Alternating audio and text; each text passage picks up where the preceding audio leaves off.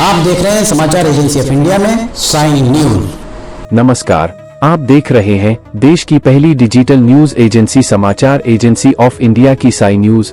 इसके धर्म प्रभाग में आपका स्वागत है। अब आपको पितरपक्ष कौं को क्यों भोजन कराया जाता है के बारे में बताते हैं। आशा है आपको यह पसंद आएगा। आप इसे ध्यान पूर्वक सुनिए और धर्म लाभ लीजिए। आइए सुनते हैं पितरपक्ष में काक ग्रास के बारे में विस्तार से। जानिए आखिर पितरपक्ष में क्यों खिलाया जाता है कौं को भोजन। जानिए गरुड़ पुराण के अनुसार श्राद्ध कर्म करना क्यों है जरूरी। गरुड़ पुराण में श्राद्ध के बारे में कहा गया है कि आप देख, सुन और पढ़ रहे हैं समाचार एजेंसी ऑफ इंडिया की साई न्यूज के धर्म प्रभाग में विभिन्न जानकारियों के संबंध में।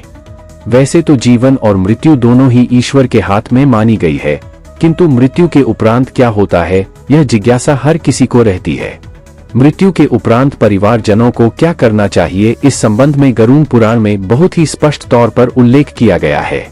आज हम आपको यही बताने जा रहे हैं कि गरुड़ पुराण के अनुसार श्राद्ध कर्म करना क्यों जरूरी है। पितरपक्ष अगर आप जगत को रोशन करने वाले भगवान भास्कर, भगवान विष्णु जी, देवाधिदेव महादेव, ब्रह्मांड के राजा भगवान शिव एवं भगवान श्री कृष्ण जी की आराधना करते हैं, और अगर आप विष्णु जी, मर्यादा पुरुषोत्तम भगवान श्री राम जी एवं भगवान कृष्ण जी के भक्त हैं, तो कमेंट बॉक्स में जय सूर्य देवा, जय विष्णु देवा, ओम नमः शिवाय, जय श्री कृष्ण, जय श्री राम, हरिओम तत्सत, ओम नमो भगवते वासुदेवाय नमः लिखना न भूलिए। गरुड़ पुराण वैष्णव संप्रदाय का ऐसा ग्रंथ है जिसे हिंदू धर्म के 18 महापुराणों में एक माना गया है। गरुड़ पुराण में भगवान विष्णु अपने वाहन पक्षीराज गरुड़ को बताते हैं कि मरने के बाद जीवात्मा का क्या होता है और उसे स्वर्ग की प्राप्ति होती है या फिर नरक में अग्नित यातनाएं भोगनी पड़ती है। इसमें यह भी बताया गया है कि क्या मृत्यु के बाद आत्मा को दोबारा धरती पर जीवन की प्राप्ति होगी या फिर किसी कीड़े या जानवर के रूप में उसका जन्म होगा। गरुड़ पुराण में किसी की मृत्यु के बाद श्राद्ध और 13वीं जैसे संस्कार के महत्व के बारे में भी बताया गया है। व्यक्ति अपने जीवन काल में चाहे पुण्य करे या फिर पाप कर्म, लेकिन उसकी मृत्यु निश्चित है। हालांकि कर्मों से मृत्यु को संवारा जा सकता है। अच्छे कर्म करने वालों को मृत्यु पश्चात स्वर्ग की प्राप्ति होती है और व्यक्ति सभी सुखों का भोग करता है।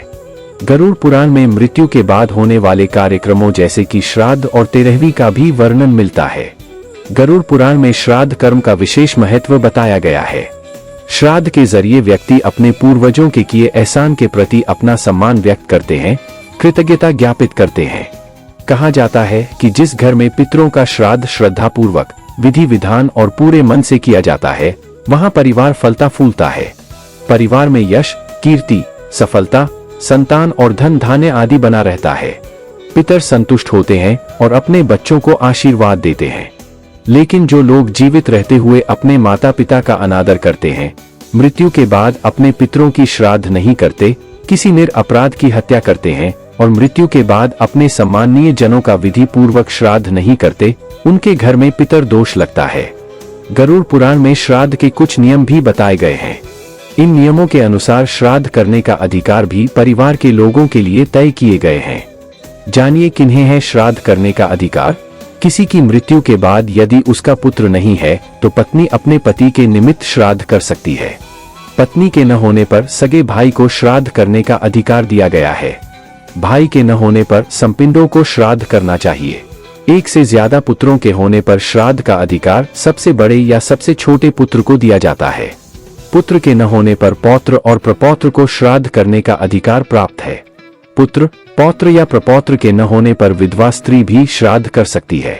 पत्नी का श्राद्ध को पति तभी कर सकता है। पत्नी का श्राद्ध को पति तभी कर सकता है जब उसका कोई पुत्र न हो। पुत्र, पौत्र, प्रपौत्र या पुत्री का पुत्र न होने पर भतीजों को श्राद्ध का अधिकार प्राप्त है। इसके अलावा गोद लिए अधिकारी को भी श्राद्ध करने का अधिकार दिया गया है। जानिए क्या है श्राद्ध के नियम। पूर्वजों की जिस तिथि में मृत्यु हुई है, पितरपक्ष की उन्हीं तिथियों में पितरों का श्राद्ध किया जाता है। यदि किसी कारणवश उस तिथि में श्राद्ध नहीं कर पाए हैं तो अमावस्या के दिन आप श्राद्ध कर सकते हैं। सुबह जल्दी उठकर स्नान आदि से निवृत्त होकर पूजा का स्थान और पितरों के स्थान को गोबर से लीपना चाहिए और गंगाजल से पवित्र करना चाहिए। फिर पितरों के नाम पर ब्राह्मण से तर्पण वगैरह कराना चाहिए। उसके बाद दिन के 12 बजे तक पितर के नाम से ब्राह्मण को भोजन कराना चाहिए। इसके अलावा ब्राह्मण को भोजन हमेशा पत्ते या थाली में खिलाना चाहिए। वर्तमान समय में डिस्पोजेबल प्लेट्स आदि का चलन चल पड़ा है, पर आप कभी डिस्पोजल का इस्तेमाल न करें। खाने को बनाते समय शुद्धता का ख्याल रखें और ब्राह्मण को खाना खिलाने से पहले गाय, कुत्ते, कौए, देवता और चींटी के नाम से भोजन निकालें। भोजन कराने के बाद ब्राह्मण को यथा सामर्थ्य दक्षिणा देकर सम्मान पूर्वक विदा करें। हिंदू धर्म में परिजन की मृत्यु के बाद अंतिम संस्कार का विधान है और इसके बाद 13 दिनों तक मृतक के निमित्त पिंड दान किए जाते हैं। वहीं 13वें दिन मृतक का 13वीं संस्कार किया जाता है। इसे लेकर ऐसी मान्यता है कि मृत्यु के बाद पूरे 13 दिनों तक मृतक की आत्मा घर पर ही रहती है। 13वीं के उपरांत आत्मा भी परलोक की ओर गमन कर जाती है। जानिए आखिर क्यों जरूरी है श्राद्ध, क्या है इसका महत्व। हिंदू धर्म में श्राद्ध कर्म को जरूरी माना गया है। मान्यता है कि मृतक का विधिवत श्राद्ध करने से उसे इस लोक से मुक्ति मिलती है। श्राद्ध के बाद आत्मा को यह आभास हो जाता है कि इस दुनिया में अब उसका कोई स्थान नहीं है और इस तरह आत्मा अपनों से विदा लेती है।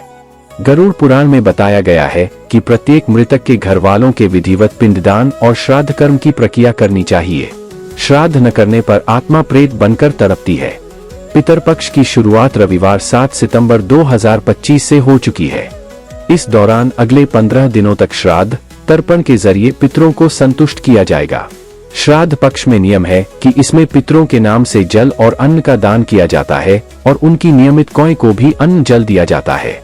कई बार इसलिए आपने सुना भी होगा कि कौए न मिलने से लोग परेशान हैं। आइए जानते हैं श्राद्ध पक्ष में कौए अन्न खिलाने का इतना महत्व क्यों है। इसे लेकर गरुड़ पुराण में क्या बताया गया है। श्राद्ध के समय लोग अपने पूर्वजों को याद करके यज्ञ करते हैं और कौए को अन्न जल अर्पित करते हैं। दरअसल कौए को यम का प्रतीक माना जाता है। गरुड़ पुराण के अनुसार अगर कौआ श्राद्ध को भोजन ग्रहण कर लें तो पितरों की आत्मा को शांति मिलती है। साथ ही ऐसा होने से यम भी प्रसन्न होते हैं और उनका संदेश उनके पितरों तक पहुंचाते हैं। गरुड़ के अनुसार कौवे को यम का वरदान प्राप्त है। यम ने कौवे को वरदान दिया था, तुमको दिया गया भोजन पूर्वजों की आत्मा को शांति देगा। पितर पक्ष में ब्राह्मणों को भोजन कराने के साथ साथ कौवे को भोजन करना भी बेहद जरूरी होता है। कहा जाता है कि इस दौरान पितर कौवे के रूप में भी हमारे पास आ सकते हैं। इसको लेकर एक और मान्यता प्रचलित है। कहा जाता है कि एक बार कौवे ने माता सीता के पैरों में चोंच मार दी थी।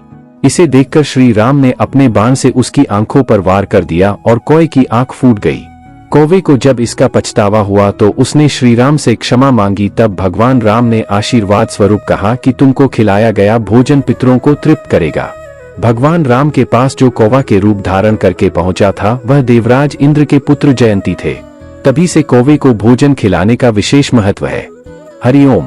पितर पक्ष अगर आप जगत को रोशन करने वाले भगवान भास्कर, भगवान विष्णु जी, देवाधिदेव महादेव, ब्रह्मांड के राजा भगवान शिव एवं भगवान श्री कृष्ण जी की आराधना करते हैं और अगर आप विष्णु जी एवं भगवान कृष्ण जी, मर्यादा पुरुषोत्तम भगवान श्री राम जी के भक्त हैं तो कमेंट बॉक्स में जय सूर्य देवा, जय विष्णु देवा, ओम नमः शिवाय, जय श्री कृष्ण, हरिओम तत्सत, जय श्री राम, ओम नमो भगवते वासुदेवाय नमः लिखना न भूलिए। यहाँ बताए गए उपाय, लाभ, सलाह और कथन आदि सिर्फ मान्यता और जानकारियों पर आधारित हैं। यहाँ यह बताना जरूरी है कि किसी भी मान्यता या जानकारी की समाचार एजेंसी ऑफ इंडिया के द्वारा पुष्टि नहीं की जाती है। यहाँ दी गई जानकारी में निहित जानकारी विभिन्न माध्यमों, ज्योतिषियों, पंचांग, प्रवचनों, मान्यताओं, धर्म ग्रंथों, दंत कथाओं, किंवदंतियों आदि से संग्रहित की गई हैं। आपसे अनुरोध है कि इस वीडियो या आलेख को अंतिम सत्य अथवा दावा न माने एवं अपने विवेक का उपयोग करें। समाचार एजेंसी ऑफ इंडिया पूरी तरह से अंधविश्वास के खिलाफ है। किसी भी जानकारी या मान्यता को अमल में लाने से पहले संबंधित विशेषज्ञ से सलाह लें। अगर आपको समाचार एजेंसी ऑफ इंडिया में खबरें आदि पसंद आ रही हो तो आप इसे लाइक, शेयर व सब्सक्राइब अवश्य करें। हम नई जानकारी लेकर फिर हाजिर होंगे, तब तक के लिए इजाजत दीजिए। हरिओम। समाचार एजेंसी ऑफ इंडिया की साई न्यूज में प्रसारित खबरें, गीत, गजल, भजन आदि पसंद आ रहे हों तो आप इसे लाइक, सब्सक्राइब व शेयर जरूर करें। कमेंट बॉक्स में लिखकर बताएं कि आपको ये कैसे लग रहे हैं। यह भी बताएं कि आप और क्या क्या देखना व सुनना चाहते हैं। फिलहाल समय है आपसे इजाजत लेने का। आप सभी स्वस्थ रहें, मस्त रहें। बोलिए जय विष्णु देवा।